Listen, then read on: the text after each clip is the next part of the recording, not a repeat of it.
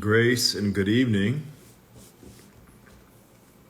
It is late, but that's how we do. Starting to think maybe I should adjust my live times, but I tell you often that I find my mojo at night. So grace to all of you. Hey to all of you that are still up and that are working and thinking and doing and building and doing all of that. What's up to all of you? Hey, what's up? All right, so I'm going to say hi to as many of you as I can see. And then we're going to go into my little spiel for tonight. Brittany Stewart, I hope I don't have to remind you about Church Sunday. Hey, nay, Prophet Elaine. Hello, Prophet Audrey Hartman. Hope to see you Sunday. Hey, what's up? It is good to see all of you. I'm doing well. It's been an interesting day. Prophet Ricky Holloway, hello. I inboxed you on IG. Oh, good luck. That probably won't work. Jermone Durante, hey there. Sheree, hey there. I've had an interesting day. I'm going to share. And then after I'm done with this, I'm going to post the proof for the picture of what I'm going to talk to you tonight about. Chris, don't give up on me. I know I need to call you back. Forgive me. What does my apron say? MLS 3. It's my initials. Hey. What's up, everybody? Yeah, so I just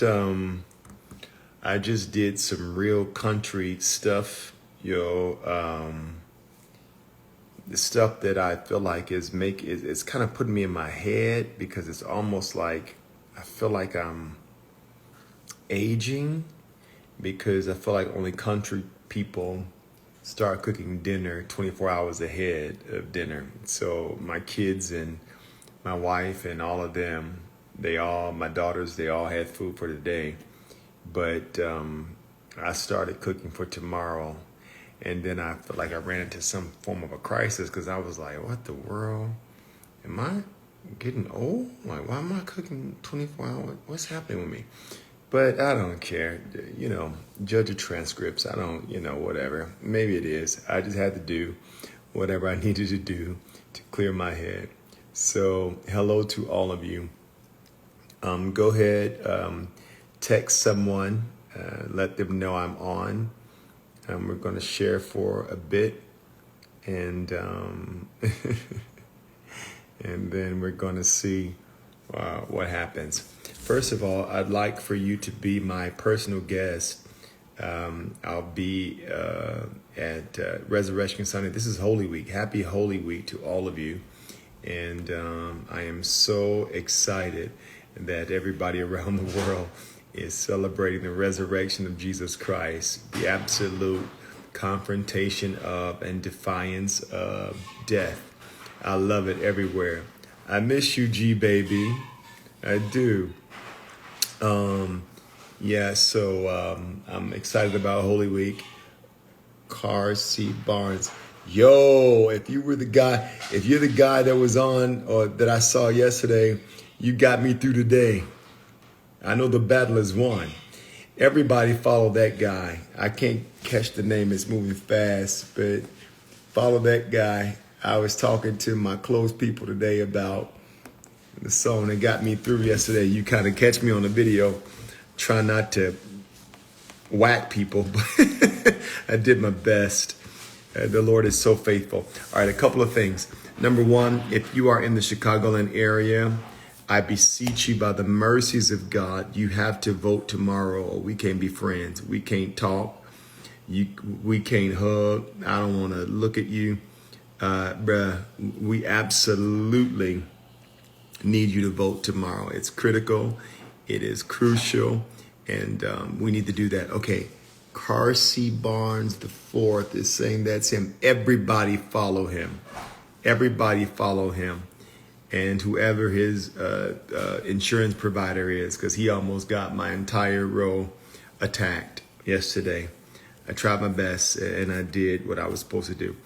All right, I got plans for Resurrection Sunday. Ryan Ford, please stay up.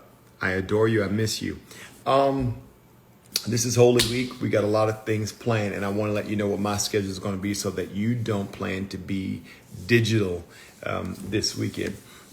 Join me, 7359 South Chappelle Avenue this Sunday morning. It's going to be very, very, very important. In New York, we're going to be doing Res Fest. We're going to be doing what we call InReach. So I really felt impressed to do a bunch of felt needs. So I'm going to be making sure that I minister to as many families as possible this Sunday in New York City. The East Coast has been pulling on me and making demand of me in a unique way. And what my heart was is to show compassion ministry while everybody else is having church. And that's no shade or no downplay to anybody that is. But during the day, I want to do compassion ministry. That's my gift. I am missional. I believe in connecting dots and making needs met and helping families and pushing and programming them. I'm certain that you'll have, hey man, a lot of eggs and jelly beans and cotton candy, all that. My vision is a bit different. I wanted to be able to make sure that families were aided because I sense something different happening. And so I have a compassion ministry, a mercy ministry, and a missional ministry as a part of what I do. And it is also very supernatural. So Sunday, on the East Coast, 310 Riverside Drive in New York City, we're going to be doing Res Fest. It's going to be amazing. I got some amazing things planned. So get your family members, get your friends. It's going to be our first InReach service, InReach event. You need to be there. For the rest of the week, I'll be explaining what that is, but just trust me and go. It's going to be amazing. And then at night, we'll be having our service, and it's going to be amazing at 310 Riverside Drive. Sunday morning in Chicago, Illinois, though, we're going to be having an amazing event or service where I'm going to be preaching the Word of God. It's going to be the Tale of Two Kings. I'm going to be preaching through some New Testament scenarios and concepts in such a way that I'm going to be addressing the heart that is on the fence. This is not what I'm talking about tonight, but I'm going to go on a bit of a soapbox, if you will allow. There are so many hearts, and I submit to you also a generation that is on the fence and has yet to make commitments. They don't like to sacrifice or lay their lives down. They like reservoirs and reservations and plan Bs, and they like that type of thing. But I feel like one of the things I'm supposed to do this Sunday is call the people to sacrifice in a place of focus and intense commitment to the gospel. And so I'm going to be doing that in Chicago at 7359 South Chappelle Avenue in Chicago, Illinois. All right. So those are my formalities. I'll give them to you every day this week if I can. But tomorrow, if you are in Chicago, go vote. Please, before I go into what I'm talking to you about tonight, will you put into the comments, go vote. Just tell, even if you're from New York, will you please tell people to go vote? Because I can't handle it no more. I am beyond disappointed, disenfranchised, disengaged. I need people to go vote so that we can make some real progress in the city of Chicago. So let's do what we need to do. Please, I beg you, go and vote. All right, so my weekend is pretty packed. I will be with Pastors JJ and Trina Hairston this weekend at the Ancient Oil Conference in D.C. I'm going to be there, and I'm going to be in an impartation service where I'll be laying hands, and I'll be ministering to people, and I'll be consecrated some anointed oil for my daughter in the ministry. Pastor Trina Hairston, I've had the privilege of, Corey, leave me alone, of releasing her into ministry. And I'll be there Saturday, and then I'll be back in Chicago, and then back in New York. and then I'll have that up. So pray for my energy and my stamina and my ability to commit to everything that I have to do on this weekend. All right. So register for Pastor Trina's conference. Join me in Chicago and New York this weekend.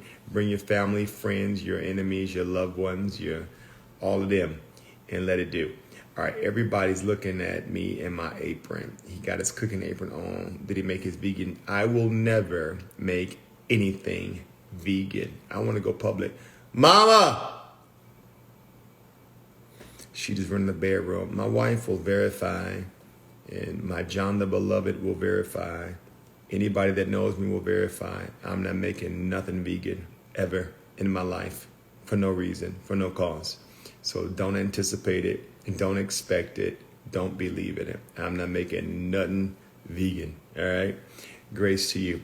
All right. So again, in New York City, we'll be doing Res Fest in the morning and we'll be doing Down on Trial at night. I want you to be my guest. I want to see you, shake your hand, and make sure I meet you and who you are. All right. I want to talk to you. And some wisdom will probably flow from this. I won't be very long. And I want to give you some points and some things to consider. I'm going to be very transparent with you if I can. I had a rough day. Today was rough. And it was one of those days where you have to decidedly look at and focus on why you're in it, for the reasons and for the outcomes and for the objectives and for the goals. I have a lot that my hands are committed to. I have a lot that my heart is focused on. I have a lot that my mind is committed to. And that requires a massive amount of concentration, a massive amount of dedication. And it pulls on you psychologically, emotionally, physically. And so today was one of those days. It was a very prototypical Monday. Side note, for those of you that are not preachers or those of you that are not pastors, will you leave us alone on Mondays? I'm not supposed to say that, but y'all know I'm not a part of the union. But will you please stop texting us at 9 a.m. and 10 a.m. and don't talk to us until about 2 or 3. This is our Saturday. We don't get a Saturday because our Saturday is spent in study and in the scriptures. Now, I'm going to have a different conversation about pulpit and pew abuse. We're not ready for that today. I had a conversation with one of my daughters about the privileges of both and the issues of both. And if I say something about that tonight, it's not going to come across right. So, chill. We chill. Don't be texting us at 8 a.m., 9 a.m. We not up like you up. It takes a lot out of us. So you need to chill. But I do I do want to talk to you about something that is important that I experienced that I think will give you some wisdom and that I think that will help you grow if you have ears to hear. And I think if you have a heart to perceive. Yesterday, I had the absolute privilege. I do have my apron on because I put some neck bones on for tomorrow. I put some pork ribs on. I put some string beans and white potatoes on, some smoked turkey necks on. I got some dirty rice I'm working on. And a peach cobbler maybe, but that's all for tomorrow. I just put it on tonight so that while I'm resting, it can be on. I needed to clear my head. So that's why I have my apron on. Please forgive me. If it becomes too much of a distraction, I'll take it off. Yesterday, I had the privilege of going to several events. I don't normally do that in the city of Chicago, but I did. And yesterday I was at an event. I'm going to post after this message and after this admonishment the proof of it. But I was at an event. My cousin was there, Stephen Thurston Jr., and he and I are like fraternal twins. We're cousins by blood, but we're fraternal twins, and it is never a good idea for us to be in a service together. There were so many delegates and so many dignitaries in the room. I was like, oh, geez, this is a awful lot to be around. And this is going to mean something for you if you will hang on and be patient. I got there, and when I got there, there was a man who said, hey, Dr. Stevenson, I want to make sure that I receive you well. So he came, and when I pulled up, he noticed my car and pulled me up to a seat, and I was cool. I did the church finger. Anybody familiar with the church finger? Y'all know what that is? I did here. I did like this. I walked in, I ducked my head. I'm 6'1", so I'm not that tall, but I'm tall enough to be a distraction in a service. I did like him. And he led me to the third row. The pastor noticed me and said, I don't know why you're here and not sitting in my seat. So he suggested that I sit in his seat, and I'm a submitted man, or I try to be, because I believe that that's the key to all authority is submission. Y'all don't believe that, I do. And so he insisted that I sit in his seat, and I acquiesced. I prayed and prayed what I felt like was God's heart for the gentleman that I was there for. And I just interceded. I assumed the position. I want you to just say that real quick. This is not my topic, but I feel a little passion here. Will you write this phrase, assume the position? Write that there. I assume the position. I legitimately assume the position. I was not who I am, what I've done, what I've seen, what I've known. I assumed the position. I was there as an intercessor, which means that was the only identity, that was the only occupation, that was the only position I was there to achieve. I assumed the position. And so I was there as an intercessor. It didn't matter how many degrees I had, or what I knew, or how many nations I've been to, or how much money I've made, or how many buildings I own. None of that mattered. I assumed the position. I'll get there later. But I assumed the position. And I prayed, and it was great. The man of God received. I'm really believing or hoping that he gets the victory tomorrow. But I did it. It was good. So then, afterwards, there were some choirs that sang. I'm getting to my point, be patient. And there was some musical selections and all of that. And after that, I was talking to my cousin. We were cutting up. You could never imagine the type of stuff me and my cousin talk about. You don't want to be a part of that. And I turned my back around, I had my book bag on, and I was getting ready to leave out. I felt prompted to go to another meeting, so I was like, but I felt something tug at my leg. This is where we're going tonight. Please stay on. And when I turned to see what was pulling at my leg, it was a boy. This boy was a small-framed child. I'm going to post one of the vids and one of the pictures after I get off here. And there was a boy that grabbed my leg, and his mom was running towards me voraciously. And when I looked to see what was nagging at me and what had grabbed me, in my fashion, one of the things, and this is a caveat, one of the things that often bothers me is that people are shocked at how personable I can be. It grieves me a great deal when I meet people in stores, in the mall, in the airport, and they're shocked that I say hi or that I hug or any of that. But anyway, this kid ran up to me, and I said, "What's up, bruh? How are you, buddy?"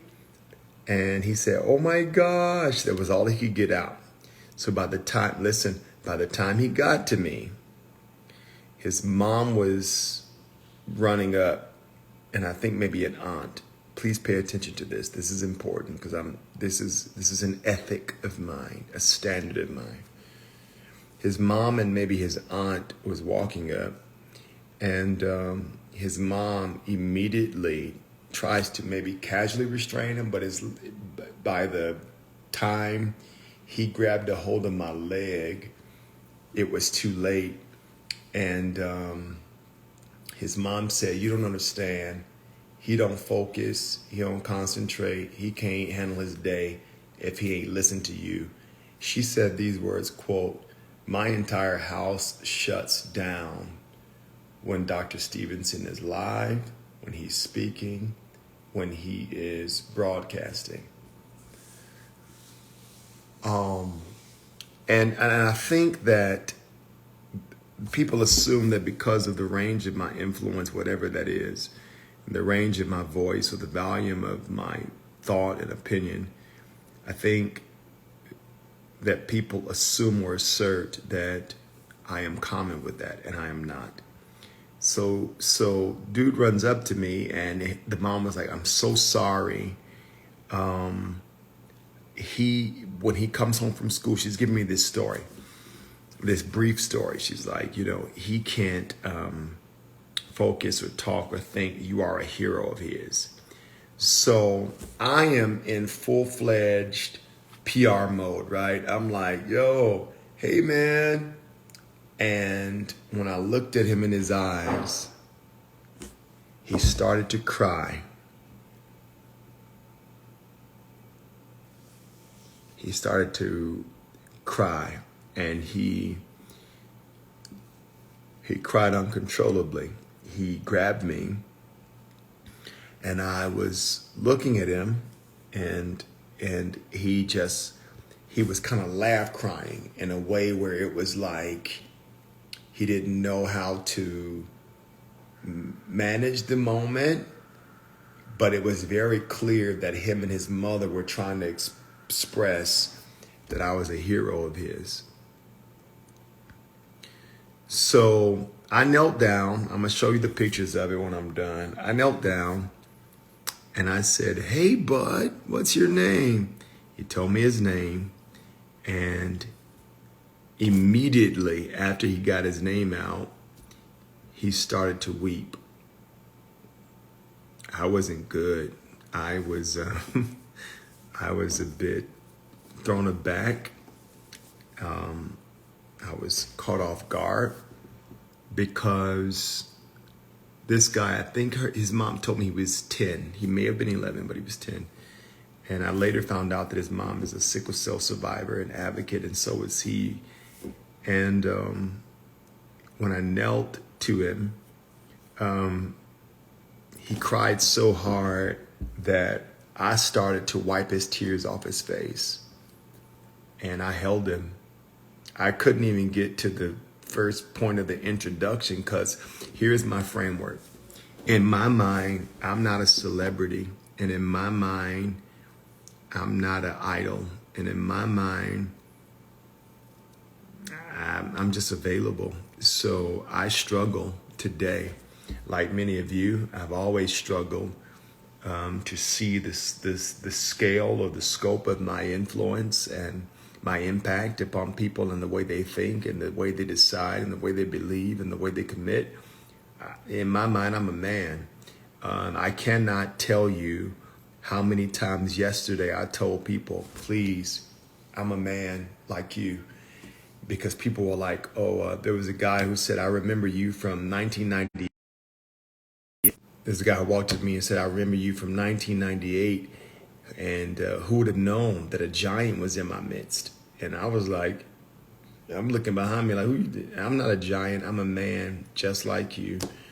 I fight like you. I war like you. I struggle like you. I'm human. But this kid walked up to me and grabbed me. And when I kneeled down to greet him and I looked at him, I remembered me. And I remembered the price. I remembered the pain. I remembered the process of having to be a prodigy, one selected from amongst his brethren, one crowned in the midst of a culture that could not perceive or conceive him or understand him. And that's where I get my endurance from. My stamina does not come from physical exercise. It absolutely comes from remembering where I was when the Lord called me and when he marked me. So anyway, I reached down to this kid and I grabbed him and he would not stop crying. He would not stop crying. I promise you I'm not being dramatic. I'm going somewhere. So I grabbed him, because I'm an affectionate man. And I started wiping his face. I said, and I'm gonna show you the video. I looked at him and I said, you gotta stop crying. I'm a thug. And people think I'm soft. So you gotta stop. If you follow me, I'm literally saying this to him. If you follow me and you study me, you know I'm tough. Stop making me cry in front of people. He said, yes, sir. Yes, sir. But he couldn't stop crying. I was there for a bigger purpose and a broader cause and a much larger reason.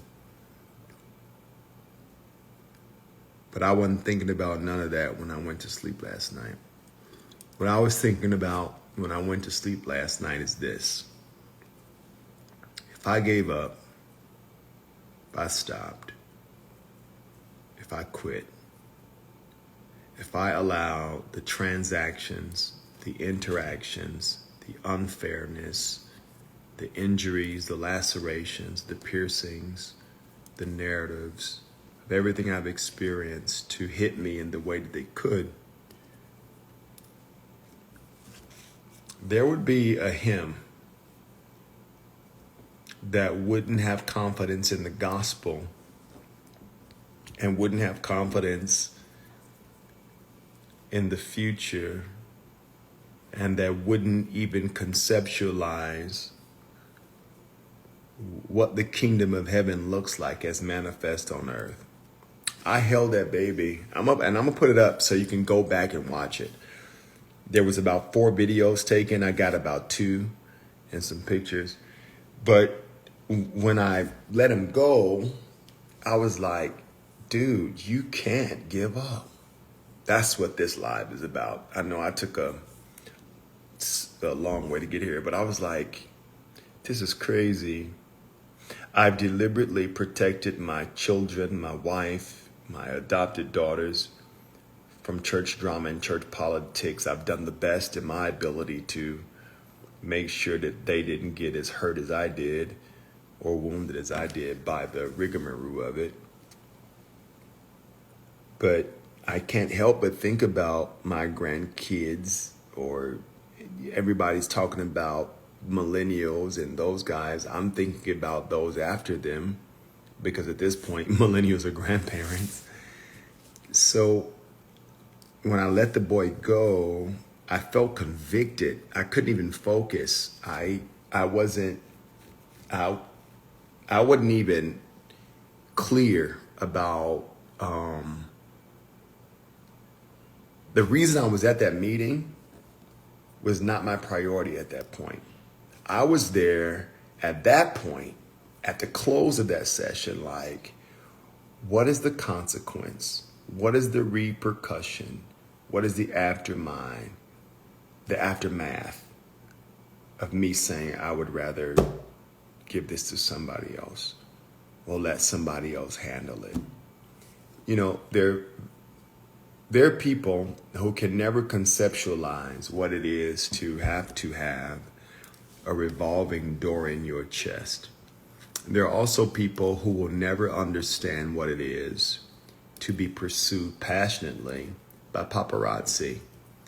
There are also idioms, and there are also unfair standards and measurements from the pulpit to the pew. The pew, if the pulpit expresses its pain, it's bleeding and abusive and unethical. If the pew expresses it, though, they get support and momentum and movement around their stuff. And there's no mutual joining ground around the privilege that exists in both spaces. I've lived it, and so has my family, and so is my world. But this one kid, that's all it took, was for me to be convicted, for me to be rebuked, for me to be reminded of, okay, pulpit abuse is a real thing, right? But pew abuse is also a real thing. We don't get to have that fair conversation because, if the pulpit is abusive, there's more instances and examples of pulpits coming back saying, I was wrong, I did it wrong, I didn't do it right, I didn't say it right, I didn't handle it right. But the inversion of that is that there's not a lot of examples where the pew says, I was abusive and I used her, or I used him, or I raped him, or I raped her, or I was a leech. You don't get that. So there are certain concepts that exist that we don't want to really have the real conversation about, because when we bleed, we're the wolves. When they bleed, they're the victims, and they get a lot more instant support, especially if they say it first. All it took for me was a kid to say that the way he finished his homework and the way he completed his day and the way he believed God was to listen to me every day. I need a limo, off-duty policeman, 39 bodyguards. I just needed a kid to say, hey, you're my hero. Now, here is where I want you to really think and meditate on. And I hope you hear my heart behind this. I really do. I didn't ask, I want to mind my business. I didn't ask to be nobody's hero. It's uncomfortable for me. I'm a brash personality. I'm pretty abrasive, whatever. But I didn't ask to walk in nobody's school or the hallway of my church and see my face on there and they call me Black History. I'm like, I've not done anything yet. In my mind, I've not accomplished much. In other people's minds, they're like, sir, you reshaped and reframed church history and church conversation as we know it. In my mind, I'm like, no, I didn't. All I did was say what everybody was thinking and just had the bravery to not care and do it differently. In my mind, I don't see myself the same way. So Sunday's moment for me was a bit much because it helped me see, darn, if you cave and if you quit and if you let discouragement do what discouragement wants to do, and if you allow the betrayals, the attacks, the assaults, the disloyalty, the outright prostitution to take hold of you, there will be a generation that is still confused, unclear, ambiguous, discombobulated about, undecided about the gospel. So it left me in a real weird space, honestly, because I'm like, I could have came here, prayed for this candidate and went on with my life and got me some sushi or something smothered afterwards, but I saw a generation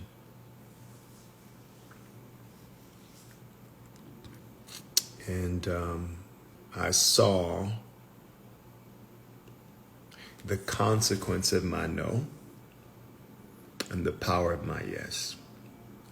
So the point of this is to encourage a lot of you that are watching me that, I think anybody that is a quote unquote hero, I don't think they aim to be. Whether it's Dr. King, whether it's Malcolm X, whether it's whoever, I don't think they wake up one day and say, I want to be somebody's hero. I think what happens is they obey a passion, a cause, a burden. In my instance and in my case, I promise you I was only trying to obey God. And if this discourages you or distracts you, then sue me. But I wasn't trying to change the world. That was not my goal. And that was not my intent. That was not my motive. That was not my brand. That was not something I wanted to sell, not something I wanted to do. I was trying to obey God because I resolved very early on, probably somewhere about 1997 to the year 2000, I was very resolved that, because of what I've come from and because of what I was born to, if I don't obey God, I'm going to lose my mind and I'm going to be victim to, and I'm going to be the product of an agenda, a program. Something's going to devour me and my seed. So I was only trying to obey God. And in my obedience to God, stuff was born and came to be. Patterns were born. Paradigms were born. I planted more churches on accident than a lot of these guys have planted on purpose. And yet they attack and they criticize and they judge. Anyway, so my intention was not to be anybody's superstar. It's not my motive. I actually didn't want the attention. I prefer not to have it so I could do what I want to do. But it came. And in my availability, the Lord physicalized himself in my life in such a way where it would testify to generations that I think will believe in the gospel, those that have turned away from it even. You'll hear it over the next week or so, or over the next 2 weeks or so, but I feel like one of the complexities that I have, and many of you that are watching me have, is that we're ministering to an agnostic church. And I understand that that's a phrase that you can't conceptualize all the way, because the implication is that if you are a church, you have a belief, but that's not the case today. There is a church who don't know what they believe, who they believe, why they believe. They can't even remember when they believed. And so I have the issue, the challenge of Gabriel Leonard, good to see you, Prophet, of ministering to an agnostic church, people that are just living their lives in, through, and with, and from questions, and through the power of God, the power of the Holy Ghost. And we got questions to answer. So at the end of the day, what my encouragement is, and what my admonishment is, and what my warning is to you is simple. I went the long route to get here. Whether you know it or not, whether you see it or not, whether you realize it or not, whether you talk about it or not, it is a dangerous thing for you to give up. I'd like for you to, just tonight, tomorrow I'll find something jovial to say, but no matter who comes, who goes, what opens, what closes, what stalls, what moves in advancement, it really is dangerous for you to give up.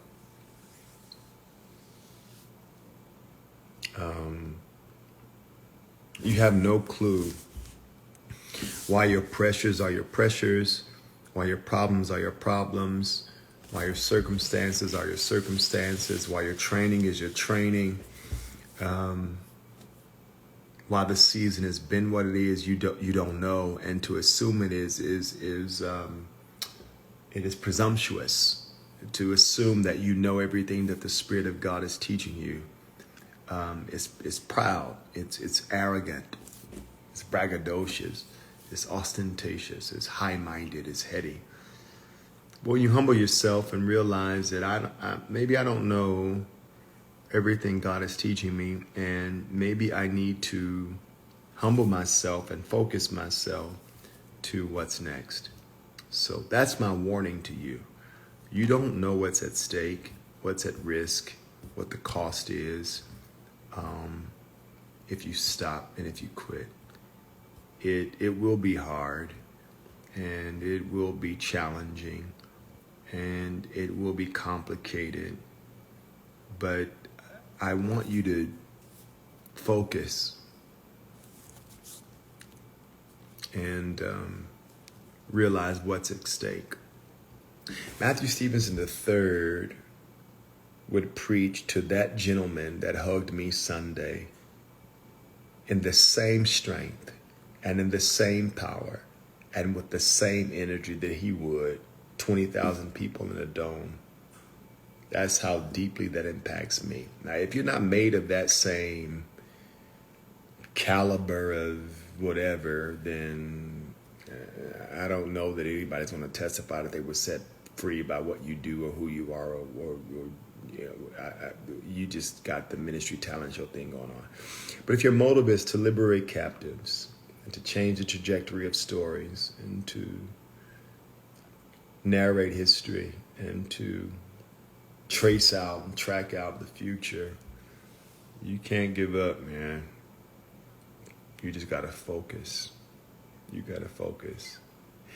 And the harsh truth is, people are going to come. People are going to go.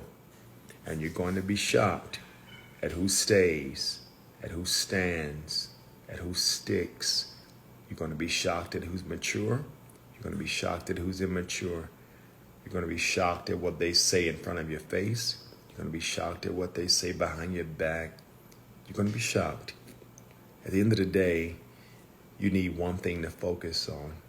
And in my life, I literally would have lost my mind if not for Calvary.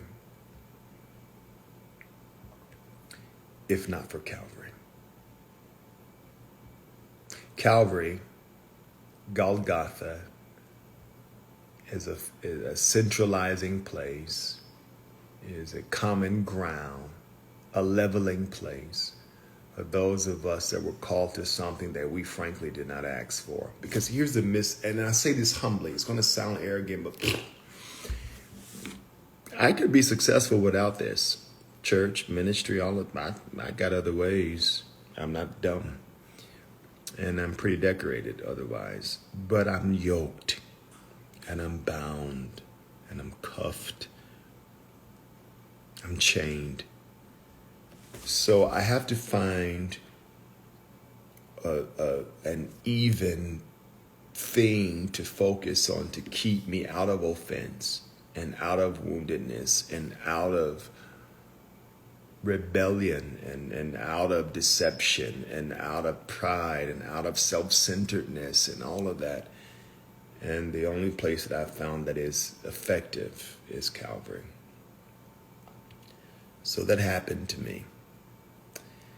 I'm going to post the picture, or one of the pictures, of me wiping this guy's tears and of me begging him to not do this to me because I don't want to look weak and I'm a thug and he can't make me cry.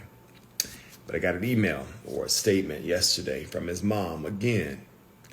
And his mom said, "Mommy, I met my hero, but I forgot to tell him that our birthdays were the same day."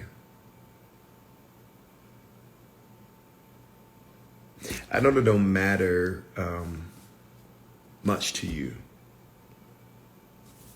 but you don't know what it is to be me. And stuff like that, when I want to walk away from it all and run from the tabloids and run from the Judases and walk away from the Nobodies and smack Miriam in her face. And I have a kid that's 10 that runs up to me in a story of infirmity who can't focus without hearing my teaching. And then he closes it with, our birthdays are the same day. I'm convicted deeply.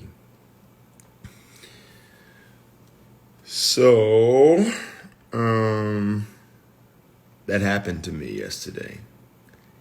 It was the highlight of my day, to be very frank. Had a lot of dope things that happened, but God knows what ministries need what reminders.